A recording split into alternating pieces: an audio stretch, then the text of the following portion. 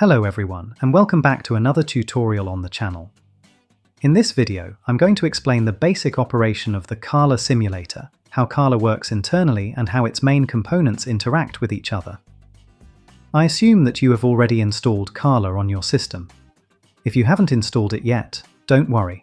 Please check out the previous video on this channel, where I explain the installation process step by step for your laptop or desktop computer. CARLA is an open-source, autonomous driving simulator designed for research and development in self-driving technologies. At a high level, CARLA follows a client-server architecture. First, we have the server, which is also commonly referred to as the simulator. The server is built on top of the Unreal Engine and is responsible for everything related to the simulation itself. This includes rendering sensors such as cameras, LiDAR, and radar, computing physics and vehicle dynamics, updating the world state, actors, and environment. All of these operations happen inside the Unreal Engine-based server. On the other side, we have the client. CARLA allows multiple clients to connect to the same server at the same time. These clients are responsible for controlling the simulation logic, such as spawning vehicles and pedestrians, controlling vehicles, reading sensor data. The client can be written in Python or C++, and CARLA provides a dedicated API for both.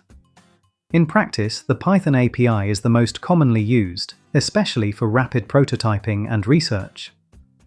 Once the CARLA server is running, the client connects to it over the network. After the connection is established, the client can send commands to the server and receive updates from it. Because CARLA supports multiple clients, you can run several scripts at the same time. In this video, I'll also demonstrate how multiple clients can connect to a single CARLA server. Alright, so in this video I'm going to show you both how the CARLA package version and CARLA built from source work. More specifically, we'll look at how the client-server architecture works in both cases and how the client and server communicate with each other. On my system, I have both versions installed, the CARLA binary, also called the package version, and CARLA built from source. So, yeah, let's start with the CARLA package version, because this is the easier one. Okay, so for the package version, things are pretty straightforward. I'll open my terminal now and navigate inside the CARLA package directory. Let's quickly take a look at what's inside this folder. To launch the simulator, we simply run the command you see on the screen. You can also specify which CARLA map you want to load, for example Town 01, Town 02, and so on. In this case, I'm going to use Town 10 HD, which is a high-definition map and is commonly used as the default. Alright, once you run the command, just wait for a moment while the simulator starts. It may take a bit of time depending on your system. Okay. Now the important thing here is that in the package version, the server starts automatically. We don't need to do anything extra. As soon as we run this command, the CARLA server is already running in the background. You can now move around the map using the keyboard keys W, A, S, and D along with the mouse. So yeah, navigating the CARLA world in the binary version is pretty simple and beginner-friendly. Alright. Now let's move on to CARLA built from source, which is a bit more involved. So I'm navigating to my CARLA source directory in the terminal. To launch the simulator here, I run the command make launch. Okay, gotcha. This will take some time because it needs to load the Unreal Engine editor. So yeah, let's wait for that. Alright, as you can see now, the Unreal Engine editor is open. You can see the editor interface, the content browser, and the world outliner, which lists all the meshes and actors in the current CARLA town. If you want to load a different map, you can go to the content browser, open the CARLA folder, then navigate to Maps, and double-click on any town you want. In this case, I'll just go with the default HD town. You can again use the same keys, W, A, S, and D, along with the mouse to move around the town. If you click on any mesh, you can actually edit or even delete it. But for now, we're not going to change anything, since this is just a default map. Now here's a very important point. In the source build, the server does not start automatically. To actually start the simulator, or in other words, to start the CARLA server, you need to click the play button in the Unreal Engine editor. Only after clicking play does the simulation start running. Alright, so now you can also check whether CARLA is actually using your GPU by running NVIDIA SMI. In my case, CARLA is using my NVIDIA GPU, so yeah, I'm happy with that. Okay, now you might need to wait for a couple of seconds before the simulation fully starts. And yes, now the server is running. As you can see, the play button has changed to pause and stop, which confirms that the CARLA server is now up and running. Alright, so at this point, the server side is ready. Now we can focus on the client side. As I mentioned earlier, CARLA allows us to connect multiple clients to the same server. The CARLA team already provides several PythonAPI examples that we can directly use. In this video, I'll show you a few of them so you can get familiar with how client-server communication works in practice. So let's go to the PythonAPI folder, and inside that, navigate to the examples directory. Here, you'll see multiple Python scripts. These scripts use the CARLA Python API to communicate with the running server. Alright, let me open one of these scripts in Visual Studio Code, just to show you how things work internally. I'll open manualcontrol.py. Now, I want to find where the client actually connects to the server. So I'll just search for the client initialization. Okay, gotcha. As you can see here, the client is connecting to the server using port 2000, which is the default CARLA port. You can also change this port if needed. There is also a timeout value set to 2000 milliseconds. This means the client will try to connect to the server for up to 2 seconds before timing out. And yeah, every Python client script in CARLA needs this connection step to communicate with the server. Alright, I'll close this file now and try running manualcontrol.py from the terminal. I'm running it in synchronous mode. You can read more about synchronous and asynchronous modes in the CARLA documentation.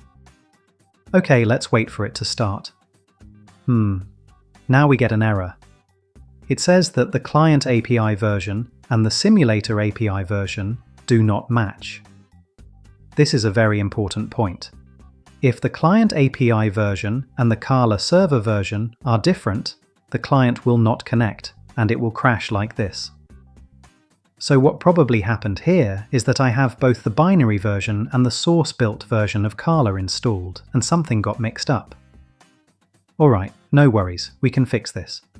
First, I'll uninstall the existing CARLA Python package using pip.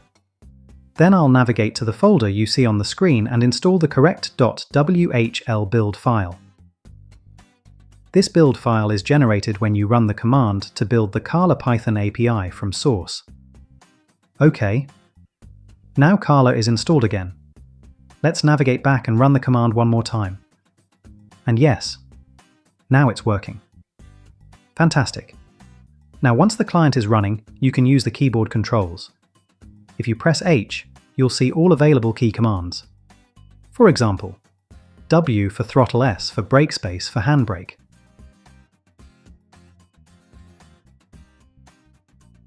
If you press P, you can enable autopilot. Now the vehicle is being controlled automatically using the traffic manager. You can try it yourself, give some throttle using W, and then press P to let the car drive on its own.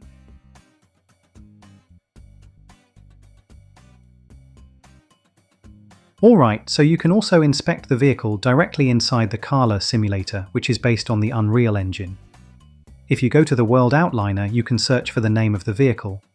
In this case, I believe this is a Volkswagen, so I'll just search for Volkswagen. And yeah, there it is. If you click on Eject, and then double-click on this Volkswagen vehicle, the editor will take you directly to the current location of the car. As you can see, the car is moving in the Unreal Engine viewport.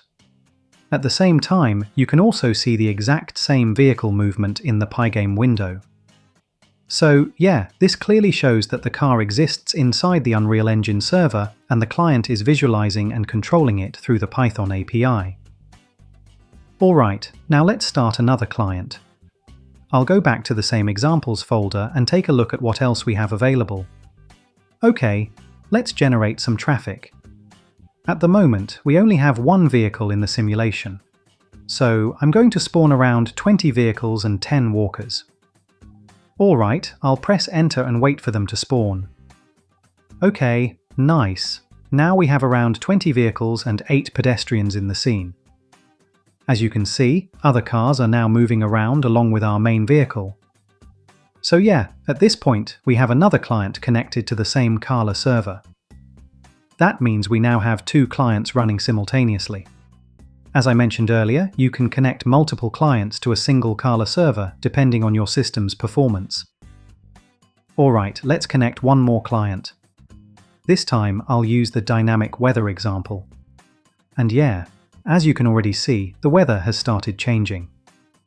The lighting, clouds, and overall atmosphere are now dynamically updated. If you look closely at the statistics here, you can also see that the server FPS and client FPS have changed. Earlier, the FPS was above 20. Now it's around 15 or 16. And yeah, that's expected. As the number of connected clients increases, the load on the server also increases, and the overall FPS may drop. So this is how the CARLA client-server architecture works. You have a single server running the simulation, and you can connect multiple clients to it. For vehicle control, traffic generation, weather changes, sensor data, and much more. Alright, so yeah, that's the basic overview of CARLA. In the next video, I'll show you how to spawn a vehicle along with different sensors, such as cameras and LiDAR. And in the upcoming videos, I'll explain how to use native ROS 2 integration with CARLA. So we won't be using a ROS bridge anymore. CARLA now supports ROS 2 natively. Alright, that's it for this video. Please subscribe to the channel and stay tuned for the next tutorials. Thanks for watching.